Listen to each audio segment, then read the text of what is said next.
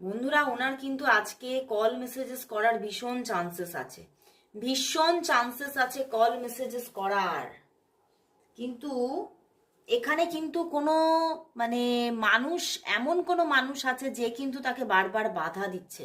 মানে এখানে না, আমার এটাই চ্যানেল হচ্ছে তার কোনো বন্ধু বান্ধব আছে, তার কোনো বন্ধু মানে বন্ধু স্থানীয় কেউ আছে যারা কিন্তু বাধা দিচ্ছে তাকে এগোতে।